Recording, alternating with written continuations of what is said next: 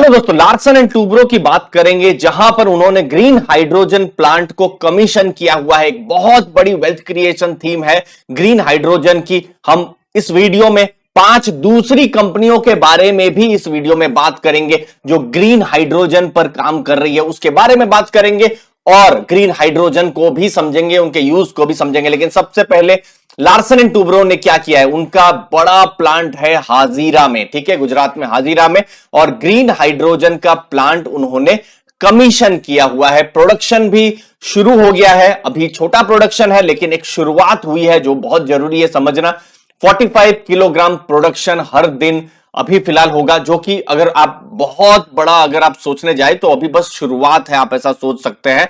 जिनका जो यूज है हाइड्रोजन का, जैसे कटिंग का काम है, वेल्डिंग का काम है, वहां पर होगा।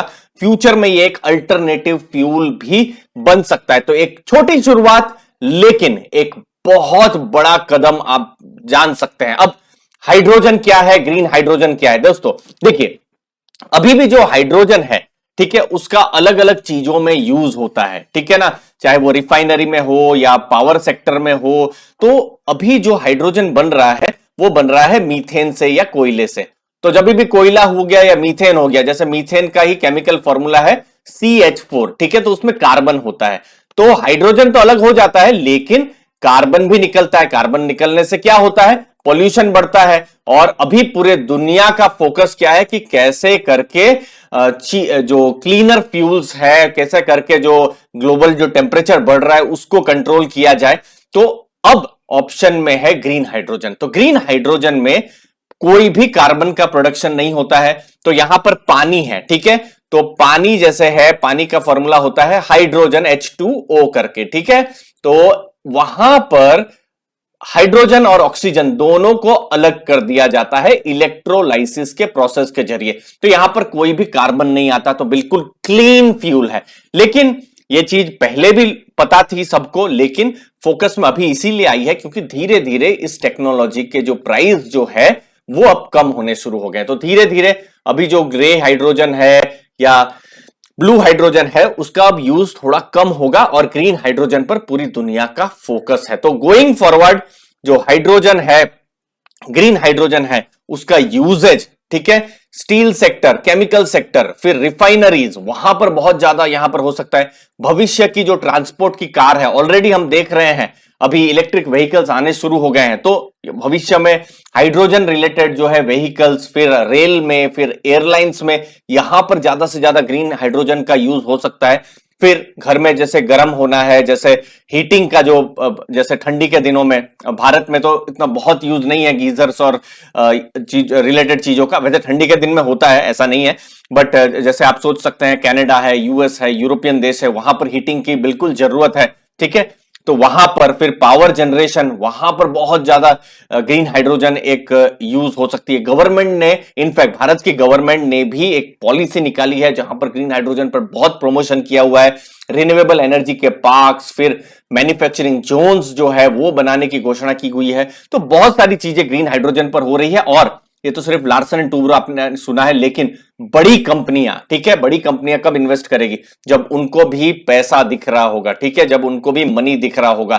तो उनको पैसा दिख रहा है और वो लोग भी इन्वेस्ट कर रहे हैं। तो अब मैं आपको लार्सन एंड टूब्रो तो आपने एक नाम सुना, अब मैं आपको 5 दूसरे नाम भी बताने वाला हूं दोस्तों। तो शुरुआत करते हैं रिलायंस के साथ, जो ग्रीन हाइड्रोजन पे क्या कर रही है। तो सबसे पहले रिलायंस, उनका एक जो गीगा पार्क है, उनकी गीगा फैक्ट्री जो है वो जामनगर में बना रही है और ग्रीन हाइड्रोजन एक पार्ट है उसमें। ऑलरेडी डेनमार्क की एक कंपनी है स्टीसडाल करके, ठीक है, तो वहां पर उनके हाइड्रोजन के इलेक्ट्रोलाइजर्स हैं, ठीक है, वहां पर ऑलरेडी कोलैबोरेशन शुरू हो चुका है। और प्लान है रिलायंस का कि अगले 10 सालों में ग्रीन हाइड्रोजन पर केजी $1 से भी कम में मिले। तो जितना उन्होंने जियो में जो टेलीकॉम का खर्चा कम किया है, वैसा ही ग्रीन हाइड्रोजन में भी उनका प्लान है। और यहां पर दोस्तों, यहां पर ग्रीन हाइड्रोजन के अलावा सोलार पर भी क्या काम कर रही है रिलायंस, तो आप यहां पर देख सकते हैं, मैंने एक डिटेल वीडियो भी बनाया हुआ है, ठीक है। तो रिलायंस दूसरा नाम रहा। उसके बाद गेल इंडिया अगला नाम है। उन्होंने ग्रीन हाइड्रोजन बनाने के लिए बहुत ही रिसेंटली एक जो है कॉन्ट्रैक्ट अभी दिया हुआ है, जो कि प्लांट जो है ग्रीन हाइड्रोजन बनाने वाला नवंबर 2023 मतलब अगले साल, मतलब आप 16 महीना सोच सकते हैं, अगले साल तक वो कमीशन भी हो जाएगा। उनका जो प्लांट है विजयपुर गुना मध्य प्रदेश में, तो ये प्लांट भी कमीशन हो जाएगा। तो गेल भी बहुत ही एग्रेसिवली आ रही है इस क्षेत्र में। अदानी ग्रुप का अभी ऐसा लग रहा है कि सबसे बड़ा इन्वेस्टमेंट होने वाला है, जो फ्रांस की कंपनी है, ठीक है, टोटल एनर्जीज करके, ठीक है, अदानी और टोटल एनर्जीज, तो उन लोगों ने कोलैबोरेट किया हुआ है। उन्होंने बड़े टारगेट रखा है। तो अदानी ग्रुप का एक टोटल ही मतलब एक उनका अलग ही एक यूनिट है, ये लिस्टेड नहीं है, अदानी न्यू इंडस्ट्रीज लिमिटेड करके। तो टोटल एनर्जीज ने 25% का स्टेक भी लिया हुआ है ग्रीन हाइड्रोजन पर। वो लोग $5 बिलियन का दोस्तों इन्वेस्टमेंट करने वाले हैं अगले कुछ सालों में। तो यहां पर अदानी ग्रुप को भी फोकस में रखा जा सकता है। फिर अगला नाम पीएसयू, एनटीपीसी। एनटीपीसी में दो कंपनियां हैं एक्चुअली में, ओमियम और स्पीरेयर एनर्जी करके। तो एनटीपीसी का एक कैंपस है, ग्रीन कैंपस है एनटीपीसी नेत्रा करके। तो वहां पर ग्रीन हाइड्रोजन प्लांट जो है वो बना रहे हैं। तो वहां पर जो स्पिरेयर करके जो कंपनी है, ठीक है, आई थिंक मेरा प्रोनाउंसिएशन सही है क्योंकि मैंने भी रिसेंटली सुना हुआ है, बाहर की कंपनी है। स्पिरेयर जो है खाली जो इंजीनियरिंग है, कंस्ट्रक्शन है, उसका काम करेगी, और ओहमियम जो है वो इलेक्ट्रोलाइजर्स प्रोड्यूस करेगी। तो इलेक्ट्रोलाइजर्स बहुत जरूरी है ग्रीन हाइड्रोजन पे। जो मैक्सिमम खर्चा है इलेक्ट्रोलाइजर्स पर ही होता है, क्योंकि इलेक्ट्रोलाइजर्स से ही तो पानी अलग होगा, मतलब हाइड्रोजन और ऑक्सीजन अलग होगा। और जो इलेक्ट्रोलाइजर्स के लिए जो इलेक्ट्रिसिटी है वो कहां से प्रोड्यूस होगी? ग्रीन सोर्सेस से प्रोड्यूस होगी, चाहे वो सोलार हो या फिर विंड हो। तो वहां पर सोलार विंड को भी फोकस में बिल्कुल रखा जा सकता है। अगला नाम इंडियन ऑयल का दोस्तों। तो इंडियन ऑयल ने रिसेंटली लार्सन एंड टूब्रो और रिन्यू जेवी जो है, रिन्यू के साथ इनफैक्ट जॉइंट वेंचर उन्होंने किया हुआ है। रिन्यू जो है कंपनी भारत में लिस्टेड नहीं है, नैस्डैक में लिस्टेड है। लार्सन एंड टूब्रो हमने शुरुआत ही की थी, और मैन्युफैक्चरिंग करेंगे, सेलिंग करेंगे इलेक्ट्रोलाइजर्स का उनका लॉन्ग टर्म का प्लान है।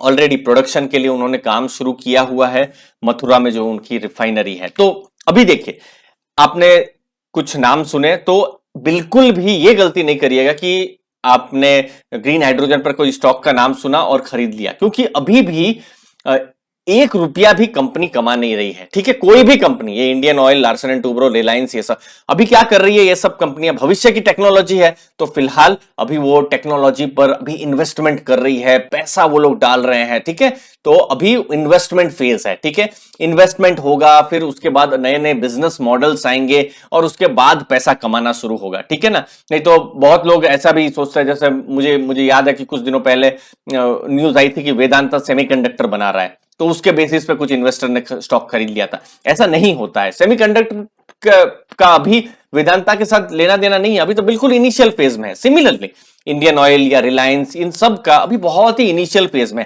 आज भी रिलायंस का मैक्सिमम प्रॉफिट रिफाइनरी के बिजनेस से, जियो, फिर रिलायंस रिटेल से आता है। इंडियन ऑयल की अगर आप बात करेंगे तो मार्केटिंग से आता है।